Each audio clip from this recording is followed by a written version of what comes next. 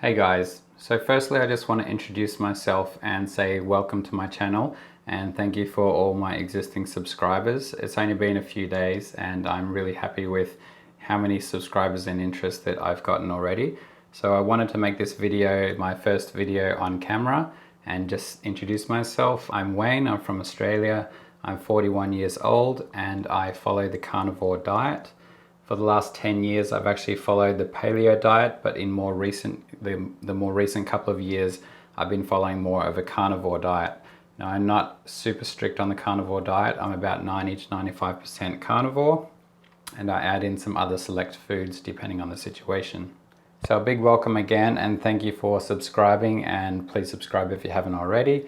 Now, this first video of mine is actually the top 5 tips that I would give based on my experience on the carnivore diet. So let's start. Tip number 1, add in a wide variety of animal foods into your carnivore diet.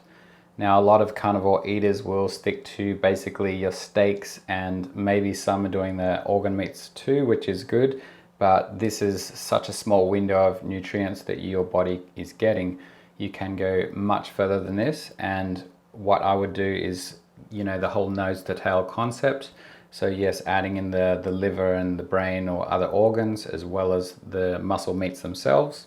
I would also be including connective tissue at least once a week, and the bone marrow, for example. Eat many parts of the animal on a regular basis.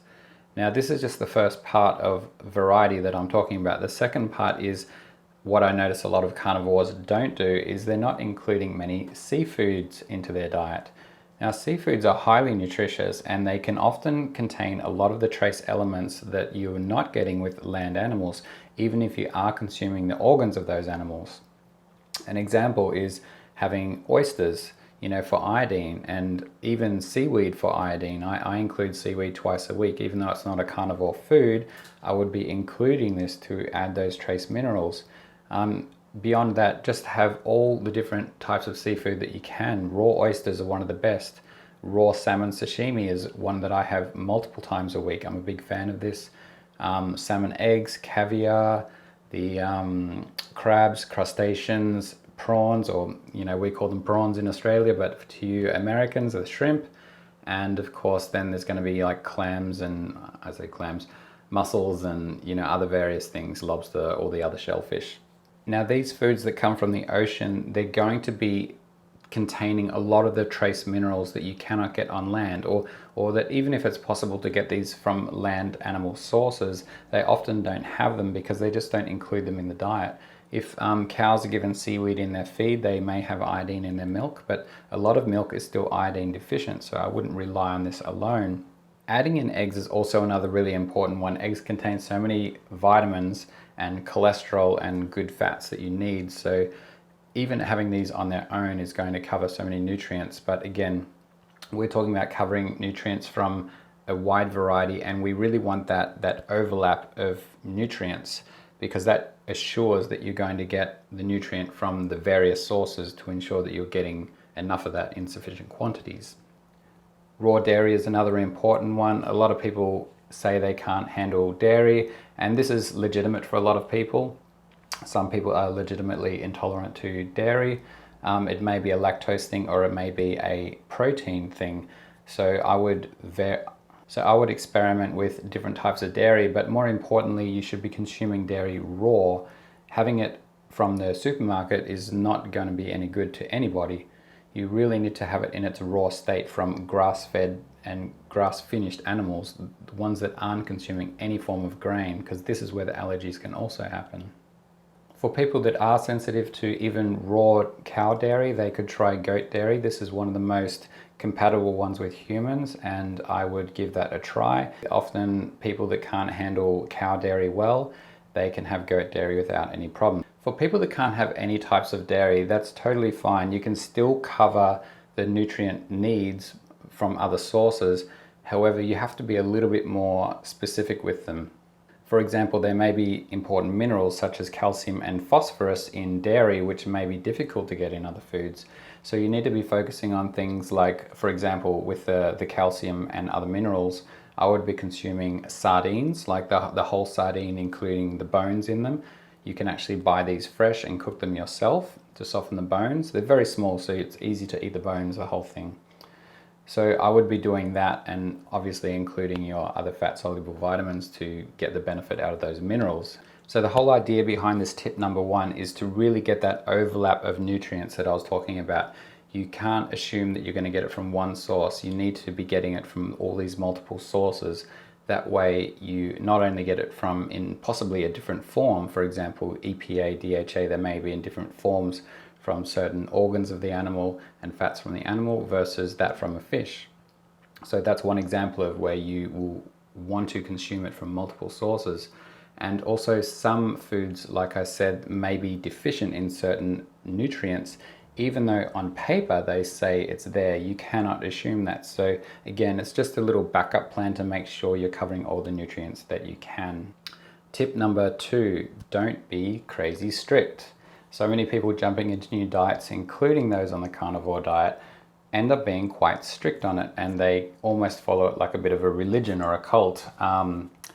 The vegan diet is probably more guilty on this part, but carnivores are not an exception. If you are following a carnivore diet, I would recommend, especially for the long term and your sanity and social situations, don't be overly strict with it. For sure, if you're really intolerant to something, then yes, avoid that food. But in general, if you're like in a social situation or just in general on your day-to-day diet, if you're in a position where it would be really weird if you told your friends you can't eat a piece of potato or something like that, they might think you're a bit weird, and you can do that if you like. But me personally, I don't like to make a big deal out of my diet. Nobody even knows I really eat differently. I just, I go to a restaurant, I have steak and some sides, and it's no big deal. Nobody asks otherwise. So I would recommend you be the same. Don't go into this in a 100% mental state. Think of it as something that you're going to do 99% of the time, and it doesn't matter if the 1% is not your ideal diet. And remember, in the long run, it's what we're all going for is health. We're all going for health, longevity, and feeling our best. We're not doing this to prove a point. Oh, I'm like 100% carnivore, or I'm 100% vegan. It's not about that. It's about you and your health and being happy in your life. Another point on not being strict is that on a certain type of diet, especially if you've only recently changed it, often people get cravings. Now, cravings can come for a reason. It may be just because you're missing food, like for example, if you've been eating grains all your life and you suddenly go carnivore or low carb, you may notice that you're just getting these cravings for like carbohydrates. Now, that's something you can probably ignore, but I still think, in my case, I think carbohydrates, as an example, I think carbohydrates are important to have it from time to time, depending on what you're doing. I weight train, so before I go weight training, I find that having a little bit of carbohydrate in the form of either some sweet potato or maybe a banana or two, that's a really harmless type of thing, because when you're healthy and you are fit, you don't have any issues because your body is very sensitive to that insulin. So your body will readily absorb the sugar and the carbohydrates into the muscles, and you'll top up your glycogen. So to me, that's not an issue. If you're really trying to lose weight, you might maybe be more strict with the carbohydrates. But as far as cravings are concerned, sometimes you might be craving something because you really need it. And I think there's some truth in this. I think going 100% carnivore is not going to be realistic for most people. And there are certain nutrients that I would say are difficult to get on the carnivore diet. They are possible. One of them is vitamin C, but just because you can get something on the carnivore diet doesn't mean it's going to be practical. Vitamin C is only available in certain parts of the animal. Well, there is trace amounts of throughout the animal, but in reasonable quantities. It's only in certain parts of the animal. Now, and then when you do get that part of the animal, then you can't really cook that because it's going to destroy the vitamin C. So that's a really impractical way to get vitamin C. And even if you are technically getting enough not to be deficient, enough is not what I'm looking for. I'm not looking for the bare minimum. I'm looking for the optimal amount. So To me, having some banana is just an easy way to get some vitamin C, or again, just to ensure that I'm getting that nutrient. Potassium is another issue on the carnivore diet. A lot of carnivore foods, animal foods don't contain a lot of potassium. Sure, they do contain it in certain amounts, as again, certain foods have some reasonable amounts, but from a practical point of view, it's very difficult to make sure you're getting adequate potassium from day to day. So again, that's another reason to throw in 1 or 2 bananas a couple of times a week. It's going to ensure that you top up your vitamin C and your potassium, because pretty much every other nutrient is covered on the carnivore diet if you follow my tip number 1, which is getting all those variety of foods. Tip number 3, include raw animal foods. Now, you might freak out and start thinking about spherage when I talk about eating raw animal foods. Now, me in particular, as an example, I don't enjoy certain animal foods raw. I still find it a little bit difficult to eat raw meat, for example. But you would be surprised how many raw animal foods you can consume that are not only enjoyable, but they're easily attainable and they're very tasty. My first example, which you probably know based on my talking about this all the time, is sashimi, raw salmon and raw salmon eggs. They're very delicious, especially if you've never tried the belly part of the salmon, the lower part with all the very fine marbling and the white fattiness. You have to try that as sashimi. When it's very fresh, it tastes absolutely delicious, like butter. It's really beautiful.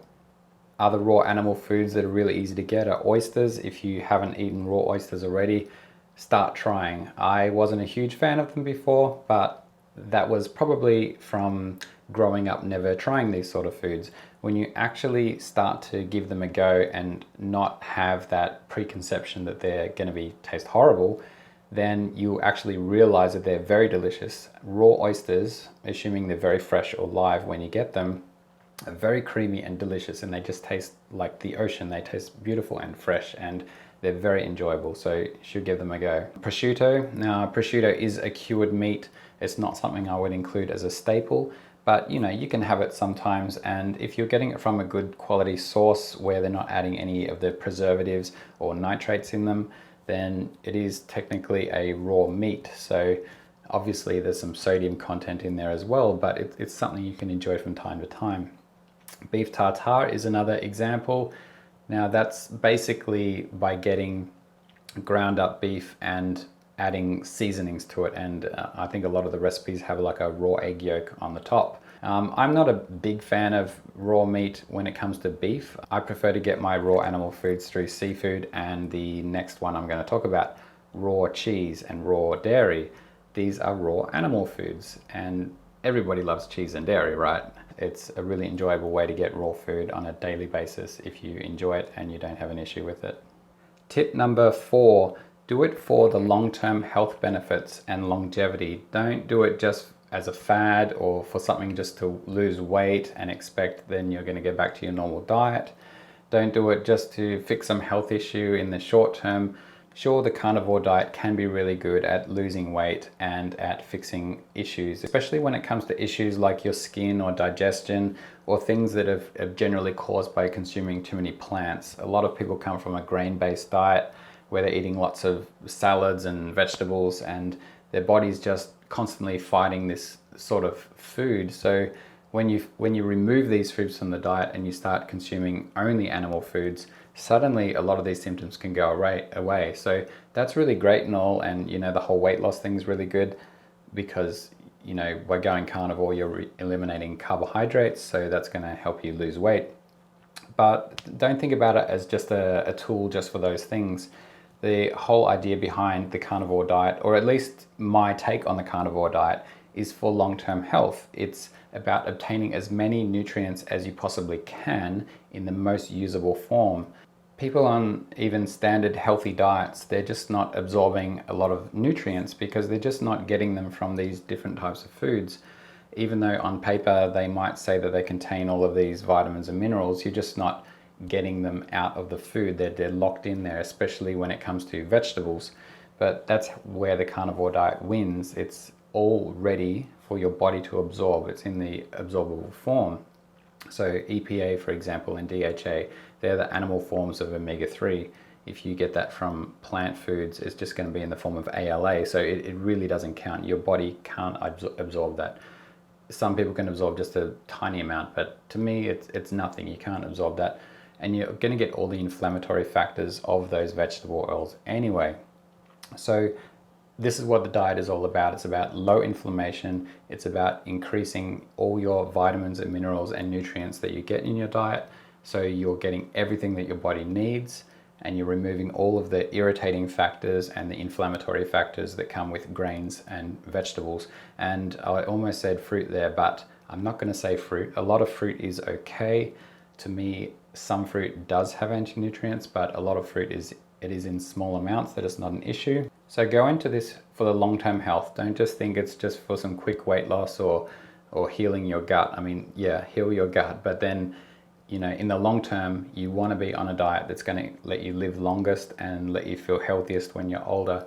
I mean, I'm in my 40s, I'm 41 now, and I feel fantastic. I can't remember feeling better than this even in my 20s and teens. I can definitely attribute this to my 10 years of paleo, and more recently I've even noticed more health benefits from when I've gone more carnivore based and avoided vegetables, especially the green vegetables.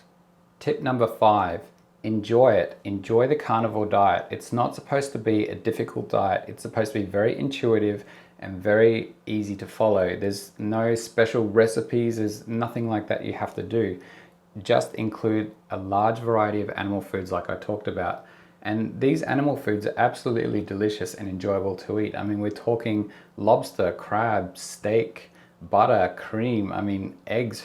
Who doesn't love these foods? These are all foods of the kings, you know, caviar. These are foods that are absolutely delicious in their original natural state. And that's why the carnivore diet makes sense, because these foods don't require any processing other than perhaps cooking sometimes to make them delicious, because these are the foods that we've evolved eating and we naturally gravitate towards. There's a reason why we crave foods that give that creamy texture, and like when you have shellfish, you have that buttery, like cholesterol-y type of texture. There's a reason we enjoy those foods so much, and there's a reason why it's so hard for humans to mimic these types of foods. If you've ever had a low-fat cream, which God forbid you've tried that, it's horrible. You can never mimic nature. There's nothing like the real thing, and it's because those are the foods that we want, and they're the foods that are going to give you the maximum nutrition. So that's my top 5 tips for the carnivore diet. If you haven't already, please subscribe, and if you enjoyed the video, give it a thumbs up, and please comment below. More videos coming soon. Ciao.